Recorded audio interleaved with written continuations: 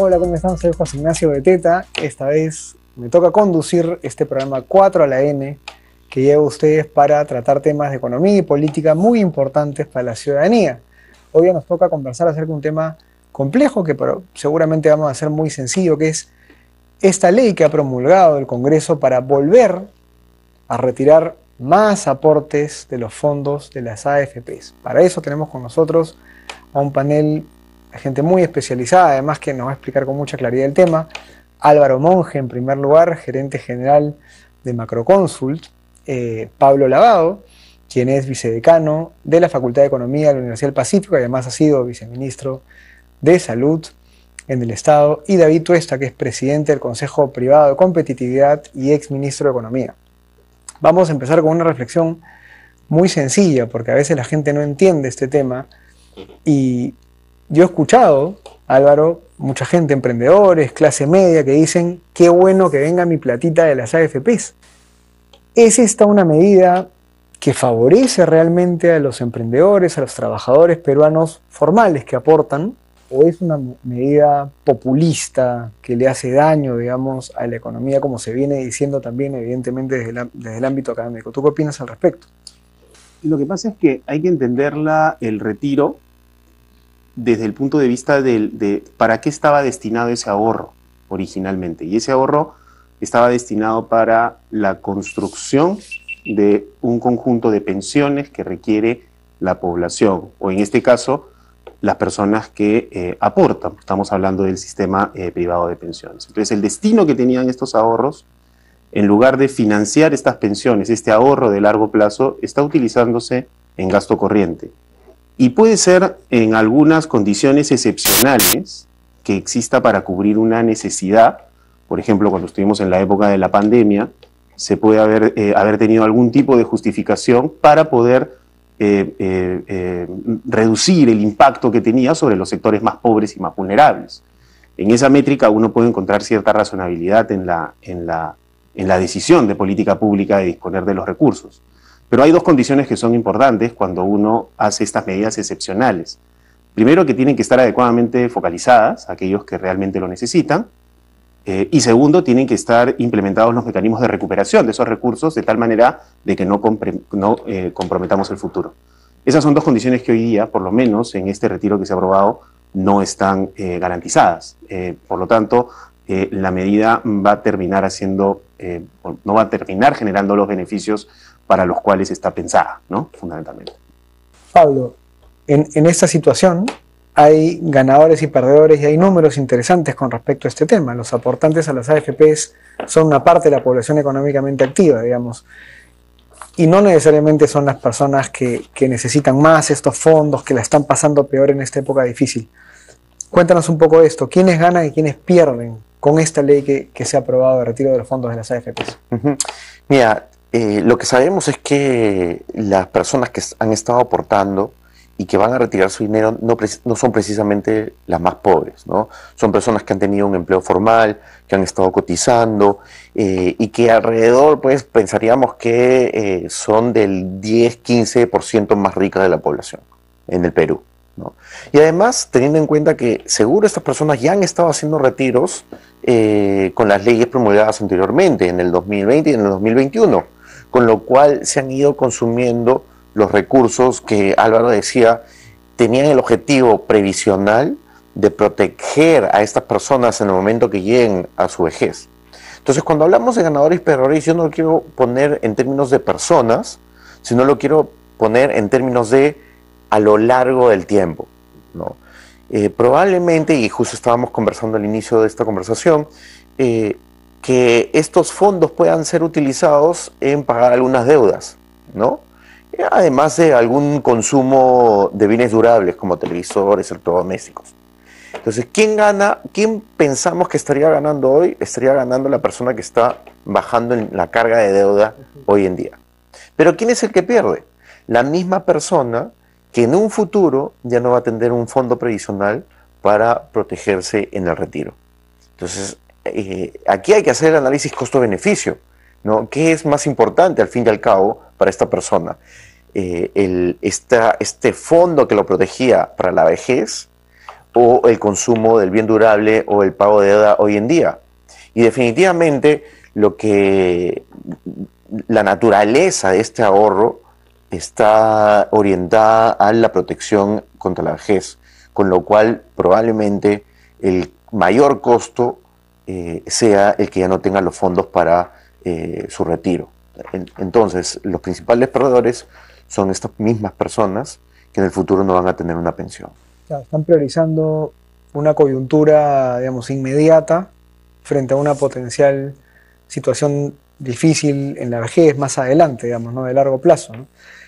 David, tú has escrito bastante sobre este tema y hay un tema que a veces las personas y los aportantes incluso no entienden, que esta plata no es una plata que está guardada en una billetera, ¿no? Es decir, el dinero de las AFPs es un dinero que está moviéndose, que está invirtiéndose, que está generando infraestructura, proyectos, porque justamente esas inversiones, esa infraestructura, esos proyectos son los que le dan la rentabilidad a ese aportante, ¿no? En la medida en que hay un equipo técnico y especializado que hace que el dinero de este aportante se vaya al mejor lugar donde invertir.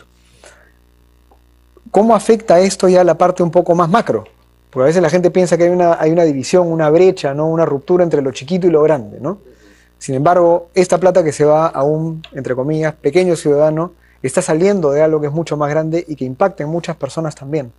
Explícanos un poco eso, por favor. Sí, muchas gracias, José Ignacio. Bueno, lo bueno de hablar al final es que puedo complementar algunas cosas primero de lo que comentaron ellos, que yo creo que han hecho un buen resumen a tu pregunta, pero voy a tomarme 30 segundos simplemente en comentar un tema que subrayó Álvaro, que es muy correcto, ¿no? El tema de si se hubiera adoptado esta política pública con todos sus cuestionamientos, y era necesario por el tema de la pandemia, el tema efectivamente de excepcionalidad es importante en la política, ¿no? Pero quisiera agregar también el tema de excepcionalidad, no solamente el tema de reponer el dinero, pero también creo que es importante el tema de la proporcionalidad de la medida, ¿no? O sea, bien focalizarlo, a dónde va, pero también a cuánto va a ser el importe que van a retirar, ¿no? Porque eso también permite de alguna manera en un momento pensar en una reposición del mismo. Acá todos los retiros que se han aprobado en gran medida han estado muy por encima de lo que probablemente requería el ciudadano medio o el aportante medio, ¿no? Para afrontar determinadas circunstancias, ¿no? Entonces, ahí también yo creo que la política se le fue completamente de las manos. Al día de hoy tenemos 11%, más del 11% del Producto Bruto Interno que ha salido, casi la mitad, ¿no? De lo que se tenía administrado previo a la pandemia. Un poco para dimensionar la magnitud que ha terminado significando estos retiros, ¿no? Y el otro tema también que mencionaba, en este caso Pablo, del quién gana, quién pierde, efectivamente, pues hay una ganancia asimétrica, ¿no?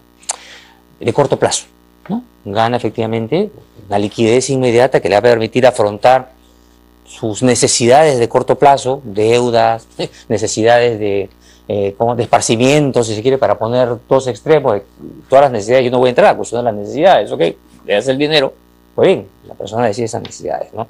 Pero también apuntaba el quién va a pagar eso, ¿no? O sea, yo creo que ahí falta el tema, el vamos a pagar todos en algún momento. O sea, la pérdida, yo diría que no solamente la propia persona, ¿no? Efectivamente va a perder su pensión, sino yo creo que esto es un derecho, ¿no? Que está ahí en la Constitución o que está ahí, que se percibe como un derecho de los ciudadanos de tener una pensión y van a exigirla en algún momento, ¿no? Entonces una carga, un contingente que en algún momento todos los peruanos, no sé si nosotros, pero alguna generación va a tener que pagar por esto. Entonces, yo creo que sí se ha generado. Entonces, esto me permite responder rápidamente al tema del impacto general en la macro, ¿no? Esta tremenda salida de más del 11% del Producto Bruto Interno, pues te afecta, vamos a ver en términos macro, directamente al mecanismo de ahorro-inversión, ¿no? Y que finalmente genera crecimiento y genera empleo. Varios estudios, ¿no? Más o menos señalan que en promedio el aporte del ahorro privado a los fondos de pensiones ha sumado 0.5 puntos porcentuales, 0,5 puntos porcentuales al crecimiento promedio de los casi 30 años que está funcionando, ¿no? Entonces, definitivamente se ha quitado la mitad, pues yo no sé si esto funciona realmente como regla de tres, pero uno podría pensar de la noche con 13 minutos. Más o menos señalan que en promedio el aporte del ahorro privado a fondos de pensiones ha sumado 0.5 puntos porcentuales, 0,5 puntos porcentuales al crecimiento promedio de los casi 30 años que está funcionando, ¿no? Entonces, definitivamente se ha quitado la mitad, pues yo no sé si esto funciona realmente como regla de tres, pero uno podría pensar de que vas a bajar tu potencial de crecimiento y seguramente tu potencial de inversión y seguramente tu potencial de generación de empleo y disminución de pobreza, porque esto definitivamente tiene una relación también con la disminución de pobreza. Luego tienes algunos aspectos más relacionados a pérdidas efectivamente micro que se van a terminar generando en el muy corto plazo, ¿no? Porque estos recursos están invertidos en un portafolio diversificado con un objetivo, no un objetivo de largo plazo. Esto no está invertido como, digamos, en cualquier otro producto financiero en el cual usted va al cajero automático y retira. Eso están invertidos en productos sumamente líquidos. Acá está invertido, y así fue el mandato y el esquema que se generó, para el momento de jubilar, ¿no? Entonces implica una desinversión, ¿no? Y ya los 5 retiros anteriores, lo que pasa es que no se percibe, ¿no? La gente quizás no termina de verlo, pero los 5 retiros anteriores ya impactó, por ejemplo, en todo lo relacionado a costo de financiamiento del Estado. Eso nos va a costar a todos los peruanos, ¿no?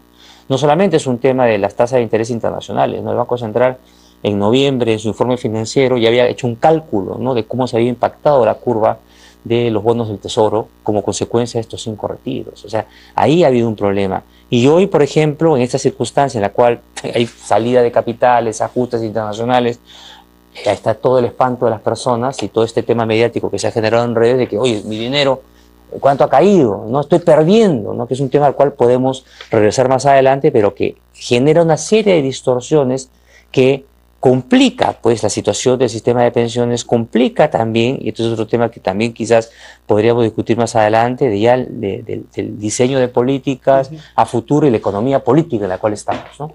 De todas maneras, antes de irnos al corte, entre todos los efectos que tú mencionas, se ha mencionado en medios, en prensa y por especialistas también, que el hecho de que mucha gente retire sus fondos, retire su dinero, podría generar cierto efecto inflacionario, o sea, que haya un poco más de inflación por temas de consumo, por temas de meter liquidez al mercado, digamos, un mercado además que es bastante informal, ¿no? O sea, donde hay mucha gente pobre que no tiene esa capacidad adquisitiva y que ya está pasando ahorita por una situación de alza de precios y ojalá que no crezca esto del tema de la crisis alimentaria, pero es verdad que el retiro de los fondos de las AFPs, el retiro único eventual de esta CTS de los trabajadores podría generar un efecto de incremento de la inflación. Sí, tiene un efecto, es el efecto que tiene cuando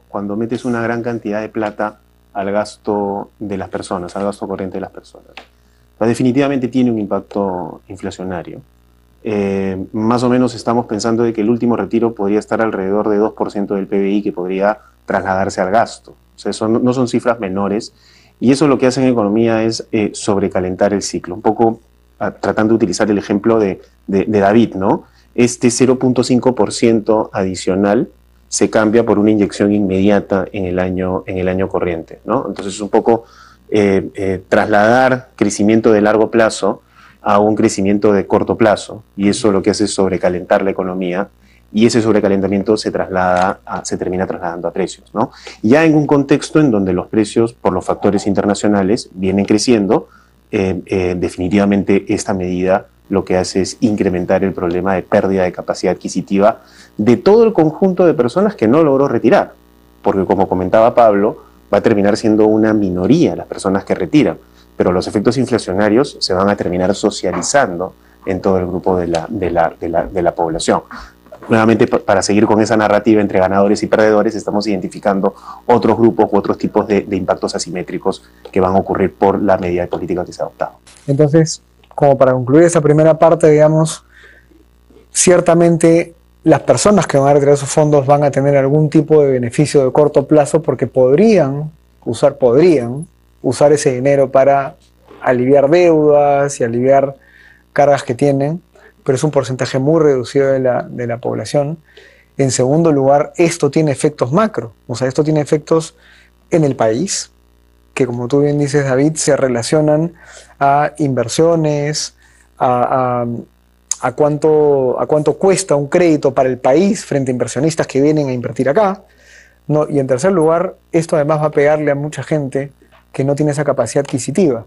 ¿Por qué? Y esto ya queda para el siguiente bloque, digamos, ¿no? O sea, ¿qué pasa con los políticos? ¿Qué pasa con el Congreso? ¿Qué pasa con la ciudadanía que no entiende esto?